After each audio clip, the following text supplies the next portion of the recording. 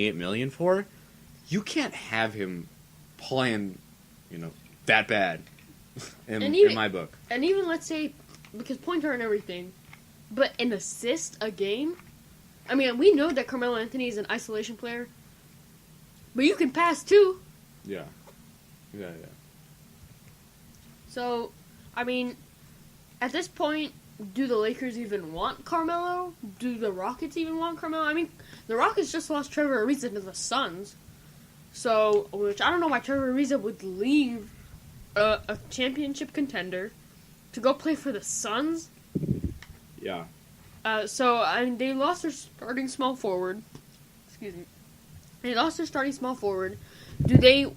I mean, it would make sense for them to go to Carmelo Anthony because I think Trevor Ariza would have done more than Carmelo Anthony. Yeah. I think also with Carmelo Anthony, it's not only you're getting a player who's on a decline, right? All of his stats are going down. He's getting older. He's not going to be as good as he once was. But you're also getting a guy that still wants a huge paycheck. And he's not coming off the bench, too. So whatever team he goes to, you're getting a declining player looking to prove himself. So he's going to need the ball in his hands in order to do so, who wants a lot of money and who refuses to come off the bench. That does not sound like a recipe for success in my book. But the Lakers could use him because he's not coming off the bench on the Lakers anyway, unless you don't want to bench Brandon Ingram.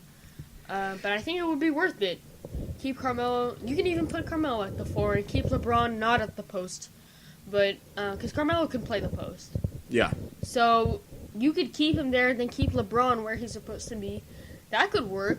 In the meantime, you could sign him for like a 1-year deal, and then when he's out of there, you can try to get Kawhi as a free agent. Yeah, right? I think there's a multitude of ways that this Carmelo Anthony. But what is the lowest amount that he would be willing to take? You look at the Rockets and the Lakers, both in kind of not in the great financial situation. Yeah. The Rockets are paying 2 max contracts. Sure, not much else, but they still have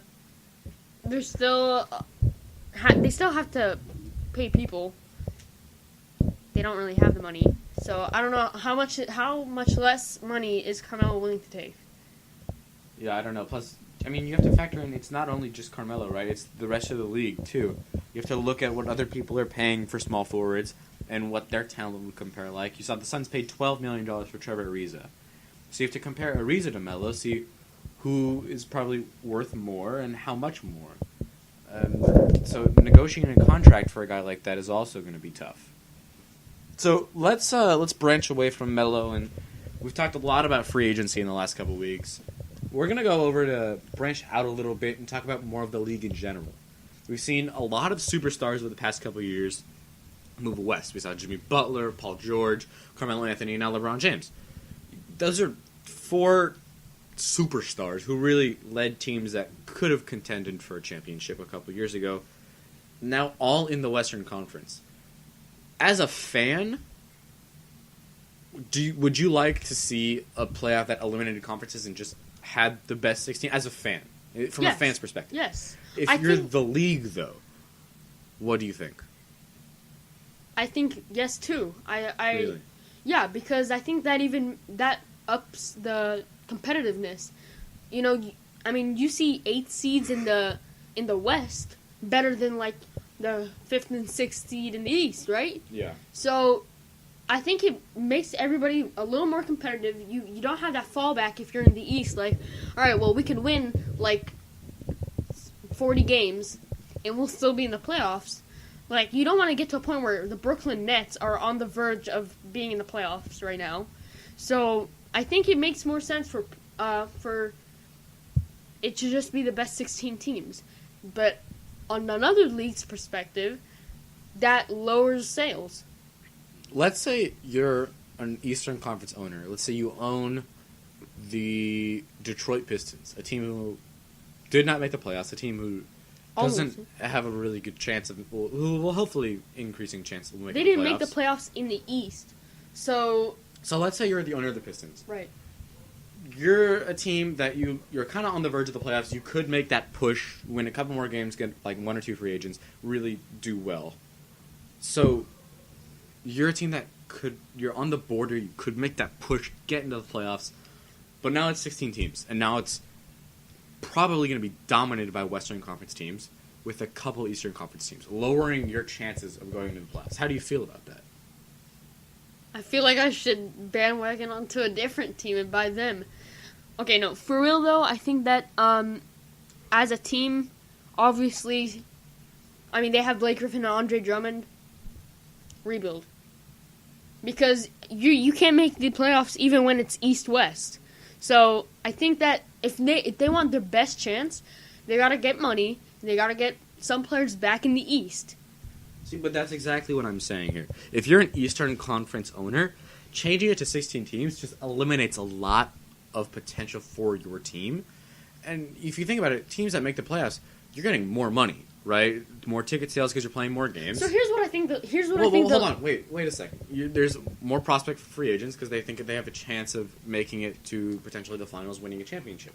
If you eliminate that, you're just a bum team who doesn't really have a shot, and you know that, right? So it eliminates potential money for not only your team but your league. It eliminates people who would want to join your team if they thought that you had a chance, because honestly you don't. If you have 16, like, you can name the top 16 teams right now.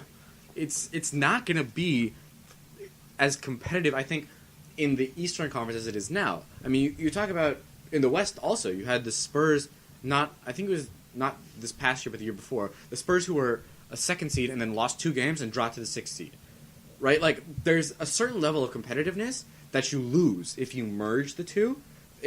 I think no one in the East is really going to try, other than like Boston and Philadelphia, because they think that they have a chance. Right. Or possibly Indiana too with Oladipo. They would make the playoffs too. Other than that, but that's what, 3 Eastern Conference teams that or 4. We'll throw in the Rockets, and 5 maybe the Bucks. That's 11. Rockets? Sorry. Raptors. That's what I meant. Thank you. But you take that, so there's 5 to 11, right? If it's a 16-team playoff, if you're an Eastern Conference owner, you're pretty much screwed. So here's my proposal. Adam Silver makes an announcement 5 to 7 years from now.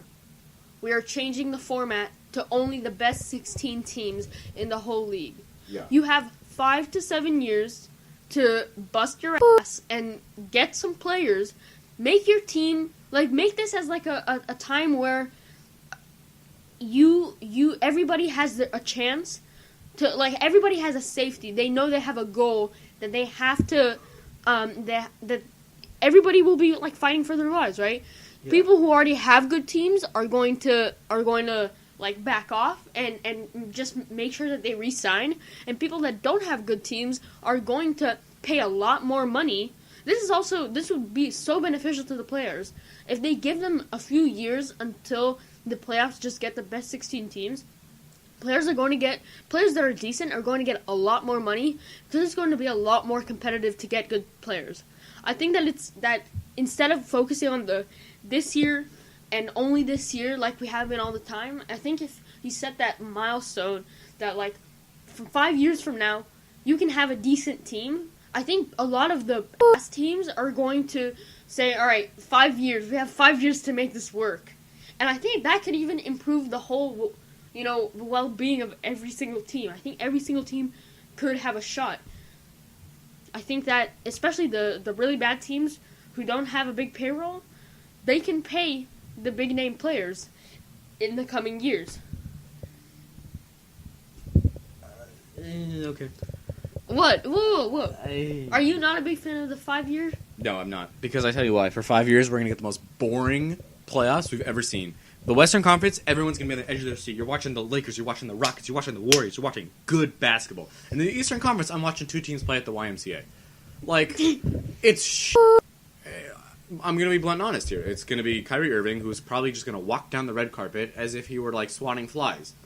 It's not even, like, there's not a level of competitiveness that we would see. 3 years. 2 years. I think this is the only way to get all teams satisfied. Yeah. Because right now, if you have all these other people in the West, you're not going to get them back. These guys are signing multi-year deals. they're not going to get them back in the East. Well, but I think that also sparks an interest in the draft, right? You're looking, if you're an Eastern Conference team, you're looking like, no. If you were to keep the format as it is now, you're an Eastern Conference team, you're like, oh my god, we're getting shit on repeatedly because we literally can't do anything. So, what's my best way to improve? If I can't go out and sign these mega all-stars since they're all in the West... Draft them. Exactly. So, okay. I think that piques interest in the draft, making money for the league. Plus, if you have to think about it this way. The people that are going to make the changes is the NBA, right? Adam Silver and his group atop the NBA are the ones that are going to make the decisions. And the league is a business. So, if you're thinking from their perspective, too... Not only are you a Pistons owner, right, but you're also a member of the league's elite. Are you really gonna approve something that maybe has the chance to increase like TV sales or ticket sales, but also eliminates like essentially half of the viewers that you would get from anything else? Well, as long as you. So if you, I completely forgot about the draft, to be honest. With that being said, you can make it even 2 years. The whole thing. Make it a 2-year thing. It's because you have time to draft, which will make your team essentially better, and you can try to get people. So that's that. I think we've talked enough about the playoffs.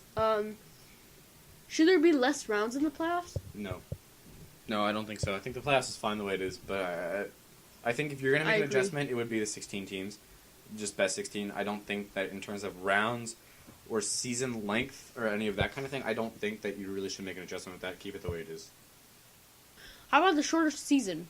82 games is a lot, but the best players you can tell who they are by seeing how much they play. And I mean, you see LeBron James playing like 40 minutes a night, every night.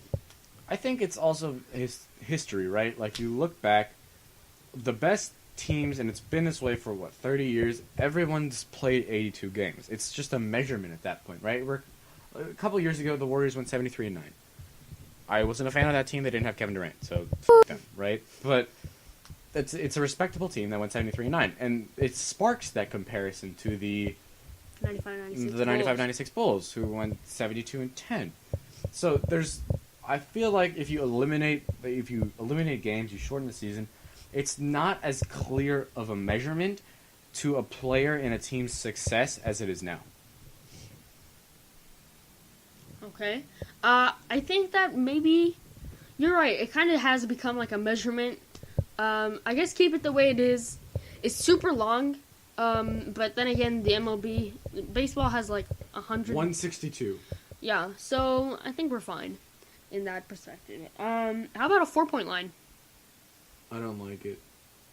Trae Young ruins the NBA. Steph Curry ruins the NBA. I think it's 4 points. That's fucking ridiculous. Teams are already having trouble with finding shooters, and they have to fight back with defense, and that's going to be super hard when you have to guard the 2, the 3, and the 4, like in points. How about one and done players? Now that for one and done, I feel like you look at some players, like there are some players who are ready out of high school. Michael Porter Jr. had a chance to be in the NBA out of high school, but he couldn't. Went to college and now he's a bum. I wouldn't say a bum just yet, but okay, well, look at where he got drafted and why. So yes, but no, my argument would be, you look at LeBron James, you look at Kobe Bryant, these are two of the greatest players to ever play the game, and they both got drafted out of high school. You look at Jason Tatum, this is a man who went to Duke for a year.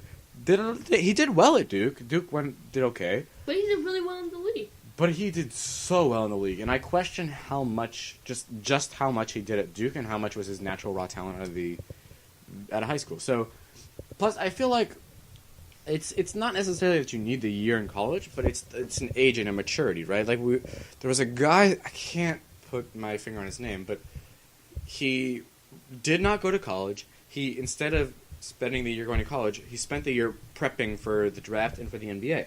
Didn't play in Europe, didn't play professionally, he just spent the year preparing. And he was able to get into the draft?